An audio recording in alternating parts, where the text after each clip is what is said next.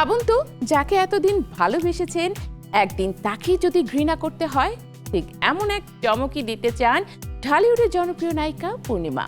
Romantic image ভেঙে এবার তিনি চান ভয়ঙ্কর খল চরিত্রে অভিনয় করতে।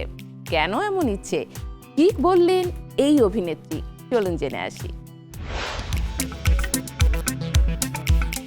যে মুখে এতদিন প্রেমের হাসি দেখেছেন দর্শক, সেই মুখে যদি একদিন ঘৃণার ছাপ ফুটে ওঠে, ভাবতেই অবাক লাগছে, তাই না?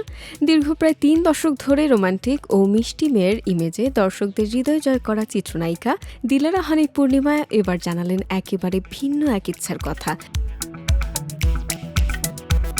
তিনি চান এমন এক চরিত্রে অভিনয় করতে যাকে দেখে দর্শক ভালোবাসবে না, বরং ঘৃণা করবে। সম্প্রতি নিজের জন্মদিন উপলক্ষে একটি বিশেষ টেলিভিশন অনুষ্ঠানে অতিথি হয়ে পূর্ণিমা বলেন, আমার খুব ইচ্ছা খলনায়িকা বা ভিলেন টাইপ চরিত্রে অভিনয় করার। পর্দায় এমন চরিত্র ফুটিয়ে তুলতে চাই যার প্রতি মানুষের তীব্র ঘৃণা তৈরি হবে। এই স্বীকারোক্তি অনেককেই চমকে দিয়েছে, কারণ 1998 সালে এ জীবন তোমার আমার সিনেমার মাধ্যমে বড় পর্দায় অভিষেকের পর থেকে পূর্ণিমাকে দর্শক দেখেছেন কোমল, রোমান্টিক ও ইতিবাচক চরিত্রে। অথচ দীর্ঘ 28 বছরের ক্যারিয়ারে একবারও নেতিবাচক চরিত্রে দেখা যায়নি তাকে।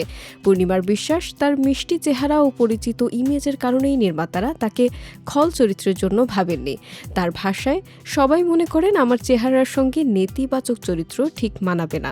দর্শকেরাও আমার রোমান্টিক লুকেই দেখতে অভ্যস্ত, তবে এবারের সম্পূর্ণ বিপরীত কিছু করতে পারলে খুব ভালো লাগবে। অভিনয়ে গত কয়েক বছর ধরে কিছুটা অনিয়মিত তিনি।